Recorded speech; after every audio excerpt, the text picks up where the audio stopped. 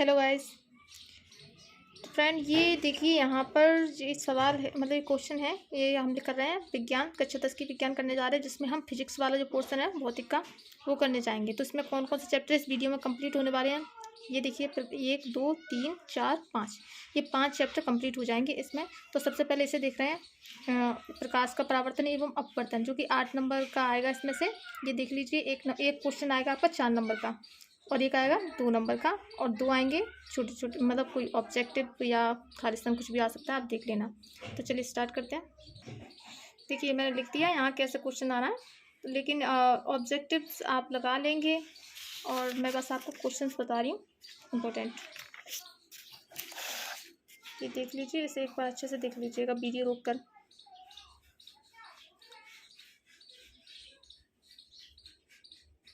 देखिए इसमें गोलीय दर्पण है, ये कैसे कहते हैं और ये कितने प्रकार के होते हैं। तो गोलीय दर्पण देखिए, ऐसे दर्पण जिनका परावर्तक पृष्ठ गोलीय होता है, गोलीय दर्पण कहते हैं। मतलब उनका जो पृष्ठ होता है वो गोलीय होता है। जैसे कि अवतल दर्पण है, अवतल दर्पण 2 प्रकार है। तो अवतल दर्पण का जैसे कैसे होगा, तो वो ऐसे जो देखिए गोलाई में बना तो है ना, फिर इसका हम ये अवतल हो जाएगा ऐसा बना है, तो जो अंदर की साइड है। और उत्तल दर्पण कैसे होगा, ये भी गोली में गोलाई में होगा, लेकिन फर्क कितना होगा, ये ऐसे में होगा। इसकी पॉलिश यहाँ होगी और इसकी पॉलिश इधर से होगी।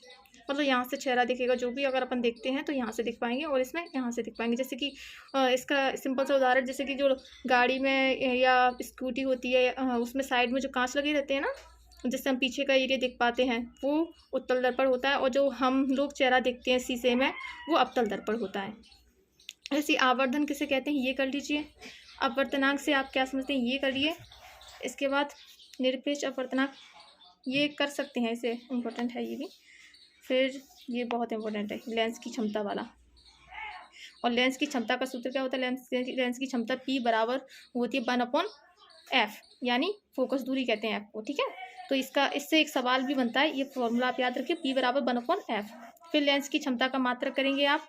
फिर ये देखिए ये क्वेश्चन हो ये इंपॉर्टेंट है, ठीक है। फिर 7.2 मीटर फोकस दूरी वाले अवतल लेंस की क्षमता ज्ञात कीजिए।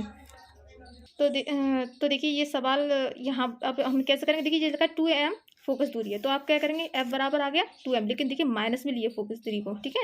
और इसका क्या है ना, अवतल लेंस की क्षमता ज्ञात करनी। तो आपने फॉर्मूला देख लिया, P बराबर 1/f होता है, तो f का मान क्या है -2। अब देखिए भाग लगाने का, कुछ लोग भाग लगाने में दिक्कत आती है। तो देखिए 1 में अगर भाग लगाएंगे हम 2 से, तो अभी माइनस को हटा देते साइड में, तो 2 से लगाएंगे तो 1 में तो लग नहीं सकता, 1 छोटा है। तो हम क्या करेंगे, इसे बढ़ाने के लिए लेंगे 0। तो जब यहाँ 0 लेंगे तो यहाँ 0 लग जाता है, और पॉइंट दशमलव जब बढ़ाते हैं किसी को। फिर 2 5 10, ये कट गया, बचा गया 0.5, लेकिन माइनस में था ये -2, तो इसलिए ये माइनस में हो जाएगा। और डाईऑप्टर ये आपको लिखना ही है, ठीक है। तो क्योंकि जो लेंस की क्षमता होती है वो डाईऑप्टर में निकाली जाती है, इस वजह से, ठीक है, हो गया। अब देखिए ये क्वेश्चन है, इसमें लिखा है उस लेंस की फोकस दूरी। अब देखो इसमें f ज्ञात करना है, इसमें फोकस दूरी याद करने की बोला, और क्षमता इसमें दे दी। उसमें जबकि क्षमता दी थी, वो फोकस दूरी दी थी, और क्षमता को हमें ज्ञात करना था। तो देखिए क्या है, अब फोकस दूरी ज्ञात करनी पड़ेगी। तो ये फॉर्मूला होता है P बराबर 1/f, जो आप जानते हो। लेकिन हमें क्या निकालना है, f निकालना, तो हम f इधर कर देंगे, P इधर आ जाएगा इसकी जगह पे। तो देखिए ये मीटर आप m नहीं लिख सकते, लिखना होता लिखिए, नहीं तो f अकेला लिख दीजिए, m में लिखने की जरूरत नहीं है। तो f जहाँ जाएगा तो 1/p बचेगा। P की वैल्यू क्या है, -2.0d।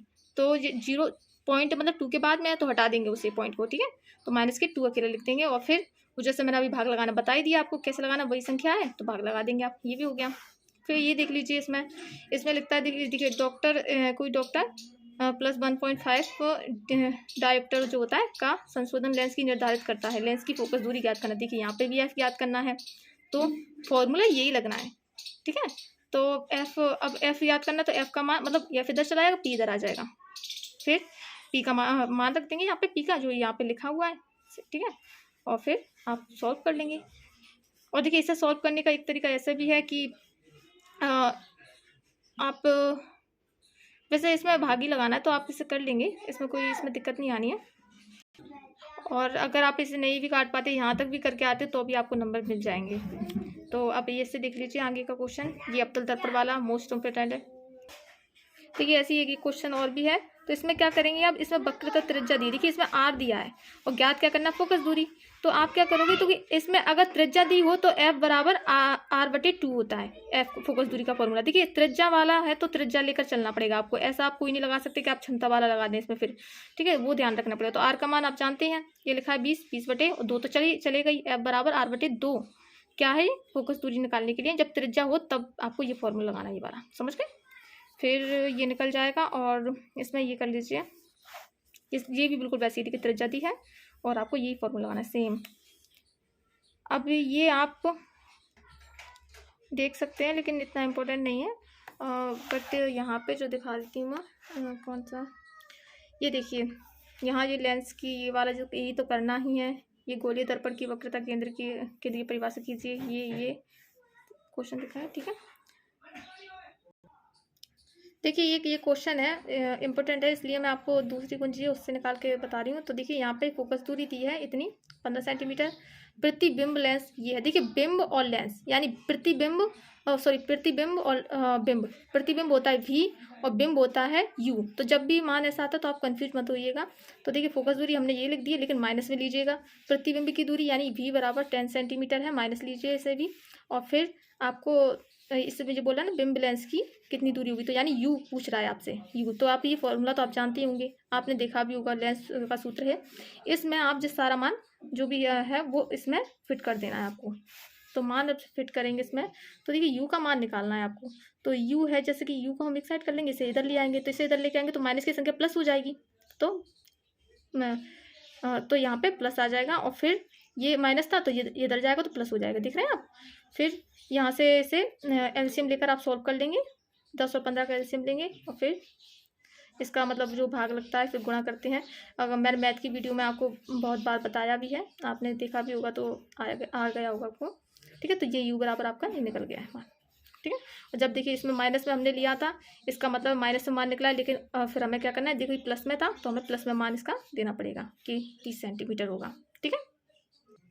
और सेम क्वेश्चन ये है, तो आप ये तो आप कर ही लेंगे। इसमें प्रतिबिंब की स्थिति तथा प्रकृति यानी प्रतिबिंब यानी भी ज्ञात करना है इसमें, ठीक है। सेम क्वेश्चन है भाई, देख लीजिएगा। फिर ये जरूर कर लीजिएगा, ये क्वेश्चन भी बहुत इंपॉर्टेंट है, ठीक है। और फिर यहाँ आइएगा, ये भी आप कर लेंगे। देखिए अब मैंने बता दिया आपको इतना, तो आपको अंदाज़ा हो गया होगा कब क्या लेना फॉर्मूले, लेकिन आपको याद करने पड़ेंगे, देखिए उसकी कोई ट्रिक नहीं है, वो तो आपको याद करना ही पड़ेंगे। फिर यहाँ देख लीजिए, ऐसे ये बिल्कुल वही सवाल है, बस बिंब और अगर प्रतिबिंब में अंतर आपको दिक्कत होती है तो वो आप यहाँ से देख लेंगे, समझ में भी आ गया होगा अब तो आपको। ये देखिए, और ये बहुत इंपॉर्टेंट है, इसे तो अच्छे से करना ही है। ये वही है जो मैंने शायद अभी बताया था, वही है, हाँ वही वाला, ओके हो जाएगा। एक ये क्वेश्चन और है, आप इसे कर लीजिए, वास्तविक प्रतिबिंब और आभासी प्रतिबिंब में अंतर। ये देख लीजिए, ये देखिए, बस इसे भले ही मत बनाइए, बट क्वेश्चन के मतलब पॉइंट है ये तो आपको लिखना ही है। और ये है इस चैप्टर का लास्ट क्वेश्चन। देखिए फिर से बता देती हूँ मैं, फोकस दूरी F बराबर है, फिर ये देखिए ये बिंब दिया है, तो बिंब यानी एक मिनट, बिंब का लेंस से 10 सेंटीमीटर दूरी पर प्रतिबिंब बने, तो जो प्रतिबिंब है तो यानी आपका क्या मान है, ये V है, और U आपको बिंब यानी ज्ञात करना है। फिर ये फॉर्मूला वही लगाओगे और आप इसे सॉल्व करोगे। ये शायद वही आ गया है, फिर से रिपीट हो गया। फिर देखिए इसमें क्वेश्चन में लिखा है, इसमें क्वेश्चन में लिखा है आवर्धन भी ज्ञात करना है। अगर आवर्धन भी बोले तो आवर्धन के जब U और V और F निकल जाएंगे तो आपको आवर्धन के लिए जो फॉर्मूला लगाना पड़ेगा। देखिए इसमें हालांकि F की जरूरत नहीं पड़ती, लेकिन U V की तो जरूरत पड़ेगी, इसलिए U V नहीं निकलेंगे तब तक आप आवर्धन नहीं निकाल सकते।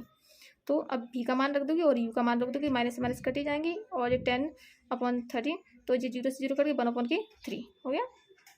और फिर 3 से भाग लगाओगे, वही इसे 0 बना देना तो 0 पॉइंट आ जाएगा, फिर 3 से भाग लगाना, ओके।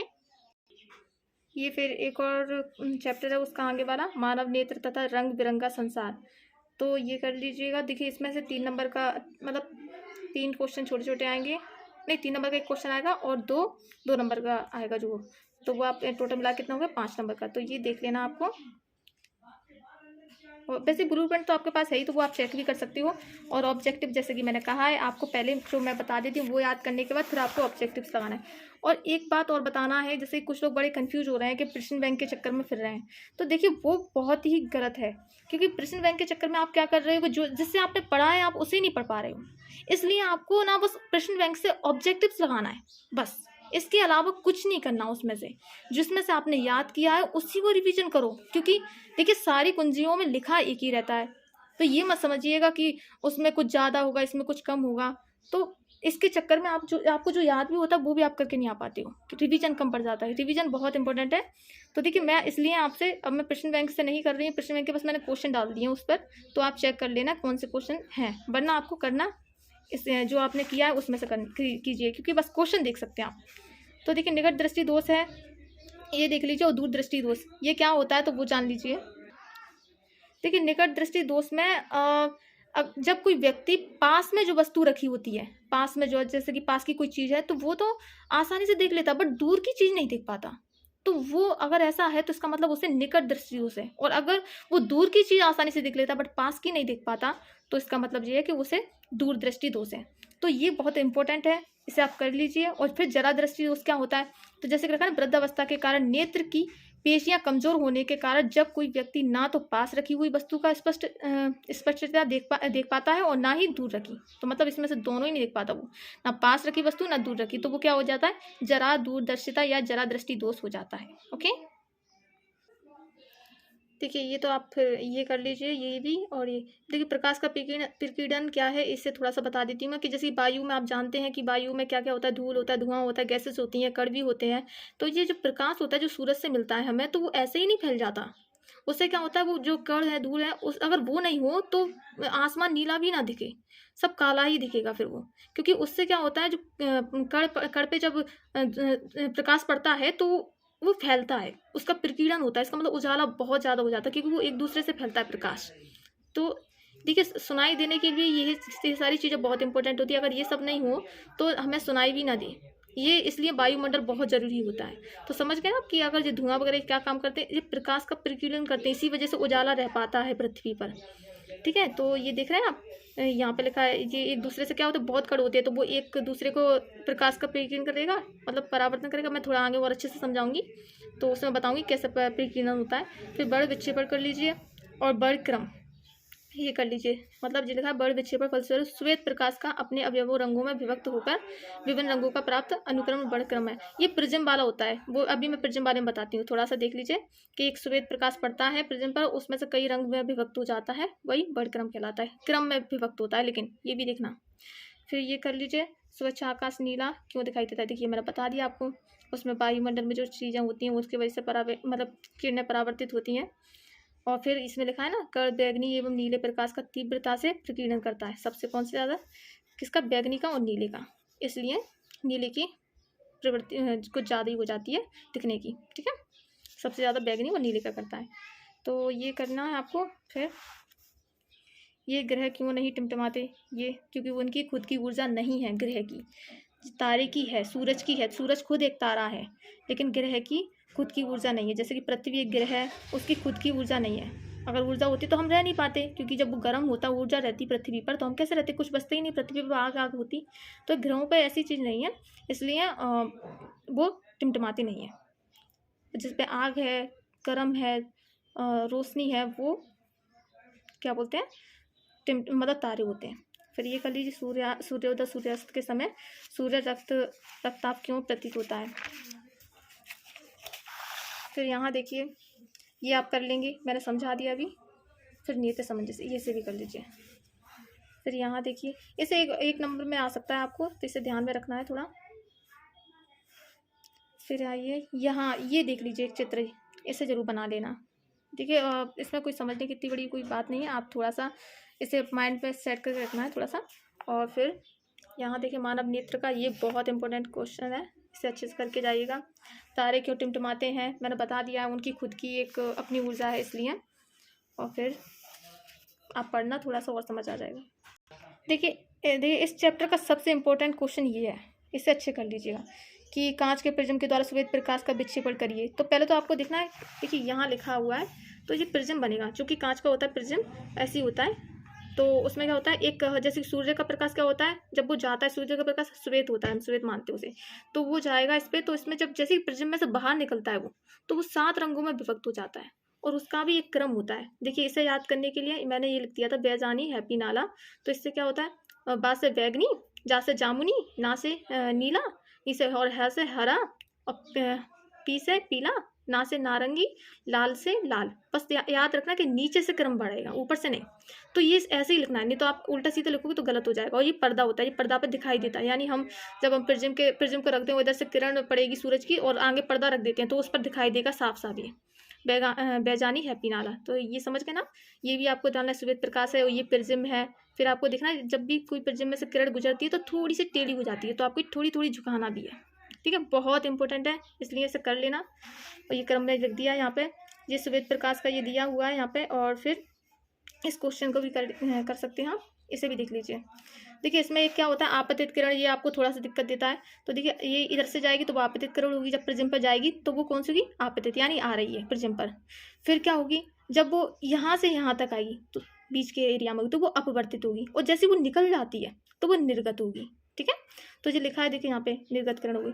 अब देखिए आपतित किरण पर कौन सा कोण बनेगा, तो आपतन कोण बनेगा। और अपवर्तन जो किरण होगी तो उस पर अपवर्तन कोण बनेगा, और निर्गत किरण होगी तो उस पर कौन सा कोण बनेगा, निर्गत कोण बनेगा। तो देखिए कोण भी लिखे हैं, और ये लिखा है लास्ट में, यानी अगर मान लीजिए ये झुकती नहीं तो सीधे जाती, लेकिन ये झुकी है इसका मतलब ये सीधी नहीं की, तो ये कौन सा है, ये विचलन कोण है। कहीं ना कहीं बनता तो ना, यहाँ से विचलित हुई है किरण, इसका मतलब विचलन कोण बना दिया इसे, और ये विचलित रेखा भी बन जाएंगी फिर, ठीक है। तो अब तो आपको ये प्रिज्म भी समझ आ गया होगा, इसे कर लीजिएगा, ये तो आपको बताने की जरूरत नहीं है, आप थोड़ा सा देख लेना बस। ये देखिए मोस्ट इंपॉर्टेंट क्वेश्चन है ये वाला, निकट दृष्टि दोष क्या है, और इस पर ये लिखा है। तो ये सब आप पढ़ना यहाँ, देखिए मैंने बता दिया, वही सब कुछ है। आपको अगर आपने वो पढ़ लिया जो मैंने अभी बताया था पीछे से, तो आपको ये तुरंत याद हो जाएगा। फिर ये चैप्टर देख लीजिए, विद्युत वाला है। इसमें देखिए 2-2 नंबर के 2 क्वेश्चन आएंगे, 1-1 नंबर का एक मतलब 2 आएंगे।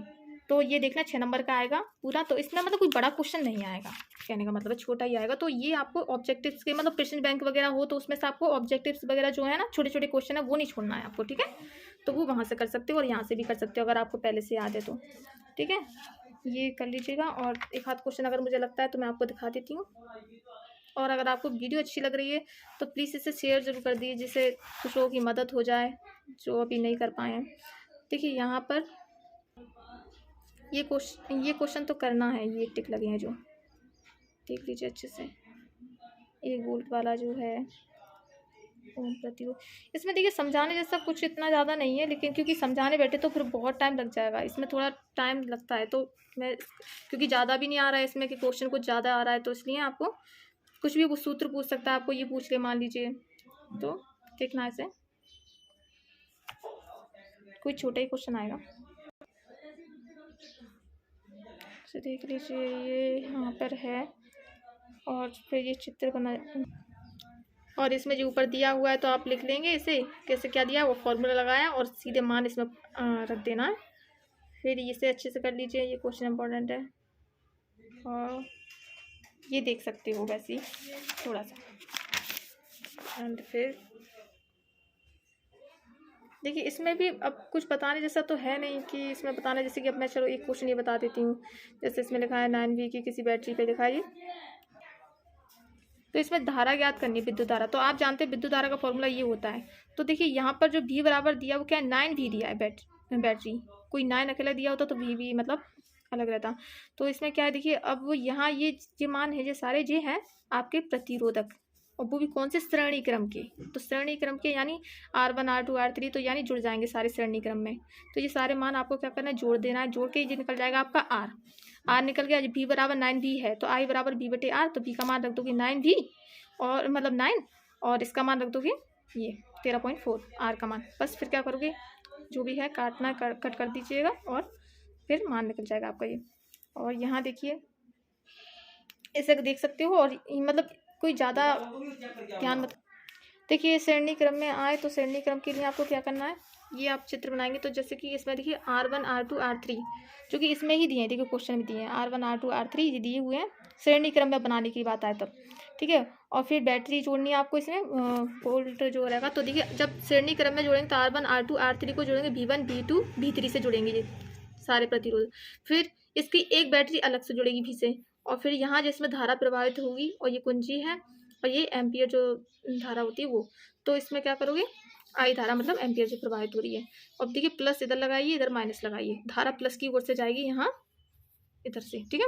तो ये अब आप निकालोगे विभवांतर के लिए, क्या करोगे, V1 V2 V3 तीन विभवांतर है, V बराबर, लेकिन क्योंकि V यहाँ है तो V बराबर जी लिया आपने। फिर IR लिखोगे, IR क्योंकि लेना पड़ेगा आपको, तो क्या करें आई श्रेणी क्रम में इस वजह से।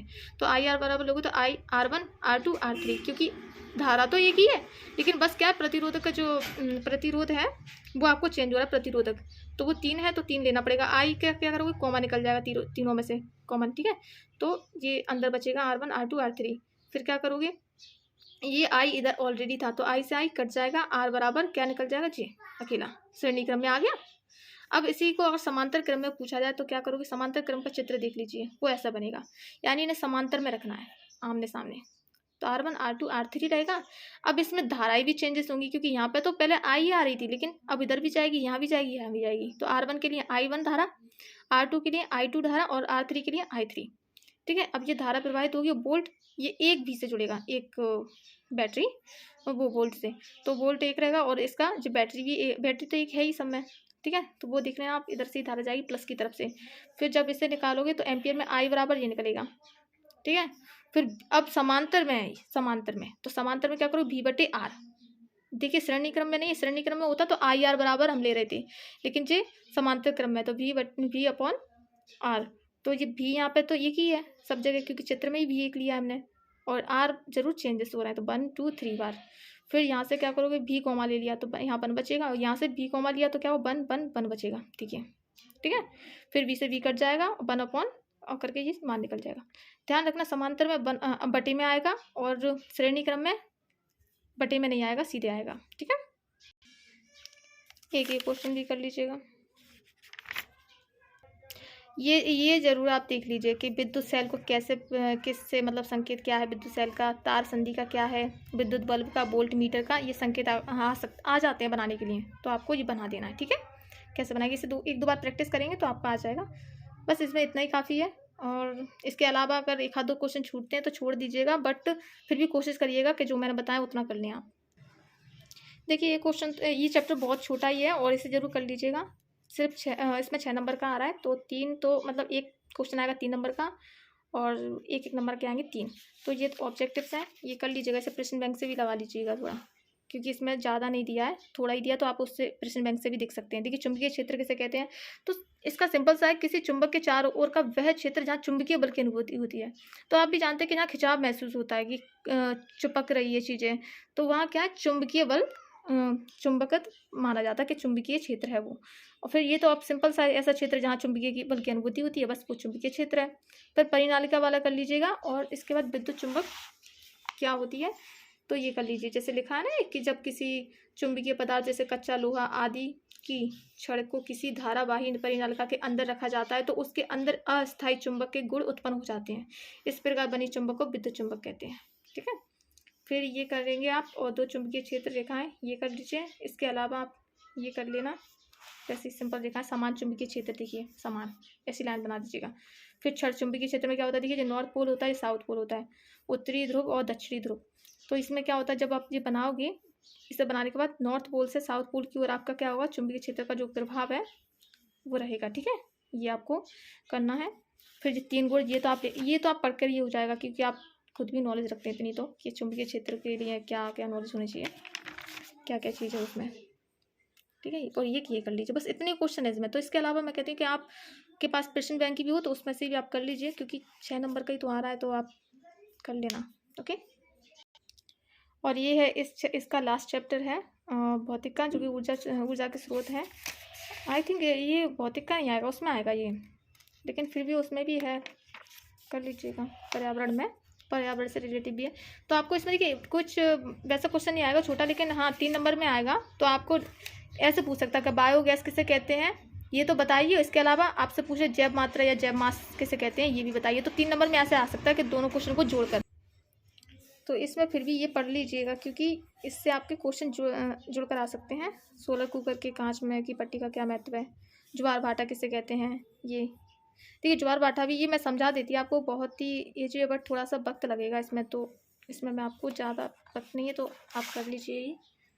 और नाभ की ऊर्जा किसे कहते हैं, ये देखिए नाभ की ऊर्जा का कभी ये भी आया था कितने प्रकार की होती हैं, तो दो हैं, नाभ के विघटन और नाभ के संलयन। ठीक है, नाभ के विघटन में कोई एक नाविक टूटकर दो या दो से अधिक हल्के हल्के नाविकों में विभक्त हो जाता है, जबकि नाभ के संलयन में क्या होता है, दो या दो से अधिक हल्के नाविक जुड़कर संलयन होकर एक बड़ा नाविक बना देते हैं। ठीक है, वो संलयन होता है। ओके, प्राकृतिक गैस क्या है, CNG किसे कहते हैं, ये इंपॉर्टेंट है।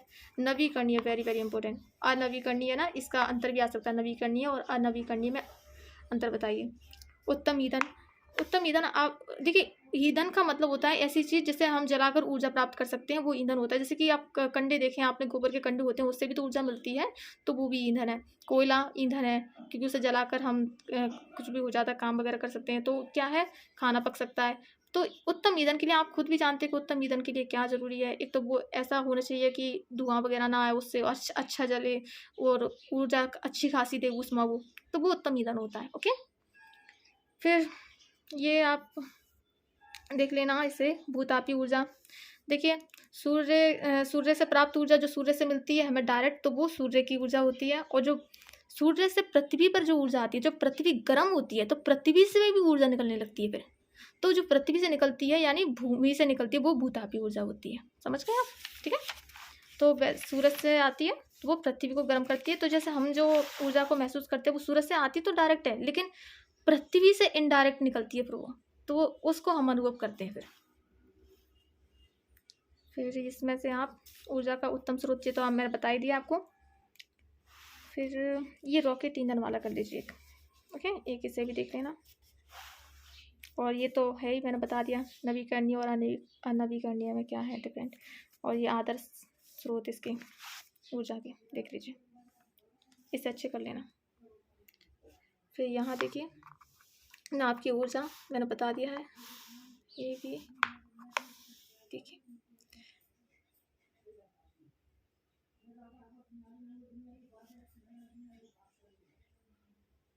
ये भी करना। देखिए ये दो को, ये इनका अंतर बताई थी थोड़ा सा, जीवाश्मी ऊर्जा स्रोत और सौर ऊर्जा। देखिए जीवाश्मी मतलब जैसे कि आप जानते हैं कि जैसे मतलब जो हमें मिले हुए, जैसे कि वो लकड़ी वगैरह होती है, गोबर से मिला हुआ जैसे कंडा होता है, इनसे जो ऊर्जा मिलती है वो जीवाश्मी ऊर्जा कहलाती है। सौर ऊर्जा जो सूर्य से प्राप्त होती है हमें ऊर्जा, वो सौर ऊर्जा होती है। तो इसमें क्या है, देखिए जब हम इनका उपयोग करते हैं, जो कोयला है या फिर कंडे का यूज करते हैं, कुछ ऐसी गैसेस का यूज करते हैं, जो मतलब गैसेस तो नहीं बट इनका जीवाश्मी ऊर्जा का, तो उससे क्या होता है, प्रदूषण भी होता है। बट ये सौर ऊर्जा प्रदूषण की से कोई इसका वो नहीं है, एक दिक्कत नहीं है, क्योंकि आपने देखा भी वो सूर्य प्लेट होती है, उनका कितना यूज हो रहा है, तो उसका कुछ भी उपयोग नहीं है। लेकिन ये कब काम करेंगे, सिर्फ जब सूरज दिखेगा, तब सूरज दिखेगा तब तक सूरज की रोशनी हो रहेगी, तब तक ये काम करेंगी, रात में काम नहीं करती। लेकिन ये चाहे अपन कभी भी कर सकते हैं, दिन में रात में कभी भी। ठीक है, तो ये आपको समझ आ गया। और ये तो आप कर लेंगे। पवन ऊर्जा का क्या उपयोग है, ये भी देखिए। पवन यानी हवा जो होती है, उससे भी ऊर्जा बनाई जाती है उपयोग करके। बायोगैस का ये करना है, बायोगैस तो आप जानते ही हैं। फिर ये नाभ की ऊर्जा की क्या कहानी है, बहुत इंपॉर्टेंट है, इसे तो करना, क्योंकि नाभिकीय वाला तो जरूर कर लेना। संलयन क्या है, नाभ की संलयन, नाभ के विखंडन क्या है, वो मैंने बता दिया है। Solar cooker very very important. देखिए सोलर कुकर में थोड़ा सा देख लीजिए, क्या है, एक ऐसा जो बॉक्स होता है वो क्या होता है, कांच का बना होता है, ये पूरी कांच की रहती है पट्टी का, ये वाली ये। तो इसमें अंदर क्या होते हैं, जो डिब्बे रखे रहते हैं, इसमें हम कोई खाना रखते हैं बनाने के लिए, कोई चाय वाय बना रहे हैं, तो वो क्या होता है, सामान रख दो इसमें और इसे ढक दो। तो जब सूर्य की किरण जो ढक देते हैं ना, तो सूर्य की किरण जब पड़ती है, तो जो कांच लगा है, तो इसमें क्या होता है, ये वाला कांच, तो ये अंदर जाती है, किरणें अंदर जाती हैं। लेकिन जो ऐसा होता है कि जो किरणें अंदर जा रही हैं, वहाँ से मतलब वो किरणें वापस नहीं आ पाती बाहर। ये ऐसा ढक्कन है, ये वापस नहीं आने देता। तो क्या होता है, जब गर्म हो जाता है, काफ़ी गर्म हो जाता है, तो प्रकाश अंदर जाके वहीं अंदर रह जाता है। ये लिखा है ना, बॉक्स के अंदर की सतह पर काला पेंट, इसीलिए लगाते हैं कि बाहर से मतलब वो अंदर से ऊर्जा बाहर नहीं निकल पाए। भोजन के डिब्बों की बाहरी सतह पर काला पेंट, तो भोजन के डिब्बे पे भी है। और बॉक्स का लकड़ी का बॉक्स बना होता है जी, और ये कांच का रहता है ये। ठीक है, समतल दर्पण होता है, तो ये दर्पण समतल है। तो इसमें क्या करोगे आप, इसमें फिर वही रहता है जैसे मैंने आपसे कहा ना कि ऊर्जा निकल नहीं पाती बाहर, तो वो उसमें ऑब्जर्वेशन हो जाती है, समाहित हो जाती है, तो खाना पक जाता है। ठीक है, ये सॉलिड के ऊपर होता है। फिर ये जैव गैस का ये देख लेना, वैसे अगर हो जाए तो ठीक है, नहीं तो इतनी भी कोई बात नहीं है, कुछ ना कुछ तो उसमें आ ही जाएगा। और ये सौर ऊर्जा वाला जो मैं आपको बहुत देर से बता ही रही हूँ इसके बारे में, तो अब तो आपको इसके बारे में और अच्छी नॉलेज मिल जाएगी, ये क्वेश्चन भी है तो। ठीक है, ये जरूर कर लीजिए, ऊर्जा की बढ़ती मांग जो भी। तो यहाँ देखिए, इसमें आप देख लें यहाँ से हो जाए तो ठीक है, नहीं तो वो तो आप कर ही लेना, जो 2 क्वेश्चन जो मैंने बताए ना, इन्हें तो कर लेना है। ओके, तो ये आपका हो गया है भौतिक वाला पोर्शन हो गया, ये थोड़ा पर्यावरण में भी है इस वजह से। तो अब आपको क्या करना है कि इसके अलावा जो मैं अगली वीडियो बना के दूंगी, तो उसमें अब बचा है हमारा जीव विज्ञान और रसायन विज्ञान, और एक पर्यावरण वाला पोर्शन है, 2 चैप्टर और हैं उनके, तो वो मैं आपको जीव विज्ञान के साथ में ही दे दूँगी। तो 2 वीडियो और आएंगी इसकी, तो आपका सारा पोर्शन क्लियर हो जाएगा। अब देखिए इसमें क्या करना है, जो मैंने आपको दिया है अभी समझाया है, वो आपको तुरंत के तुरंत कर लेना है। ठीक है, अगर आप अभी पढ़कर जैसे कि एक चैप्टर की पूरी वीडियो देखने के बाद आपको क्या करना है, क्योंकि या तो आपको पहले से भी होगा, कुछ नहीं भी है तो आपको इससे क्या है, एक फ्लो मिल जाएगा पढ़ने के लिए, जो आसानी मिल जाएगी थोड़ी सी, क्योंकि समझ में आता है तो काफ़ी लंबे समय तक रहता है। इसलिए मैंने आपके लिए वीडियो बना दी। और साइंस कुछ लोगों को टफ लगती है, तो मुझे लगा कि इस पर मुझे जल्दी वीडियो बना के डाल देनी चाहिए थी। और फिर आपको अच्छा लगे तो प्लीज़ लाइक तो कर ही दीजिएगा, और शेयर ज़रूर करिएगा, क्योंकि आप भी जानते हैं कि बहुत सारे बच्चे हैं जो सच में तैयारी नहीं कर पाए, लेकिन चाहते हैं कि एग्ज़ाम अच्छा चला जाए, तो वो कम समय में मुझसे जितना हुआ तो मैंने आपको बता दिया। और अच्छी लगी हो तो प्लीज़ कमेंट में ज़रूर बताइए कि कैसी लगी वीडियो, कि जिससे फिर हम देखिए आपकी कमेंट से थोड़ा हम मोटिवेट होते हैं कि अच्छा लगता है, तो ऐसा लगता है कि हाँ कुछ बच्चे हैं तो उन्हें ज़रूरत है। और फिर ऐसे ही रहेगा अगर, तो फिर ये है कि हमारी फैमिली अगर नहीं बढ़ेगी तो फिर हमारा रिस्पॉन्स भी इतना अच्छा शायद नहीं रहे।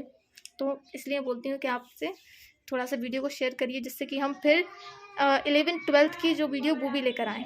ओके, उनके भी हम जैसे सीरीज शुरू करने वाले हैं, तो प्लीज़ सपोर्ट करिए एंड थैंक यू।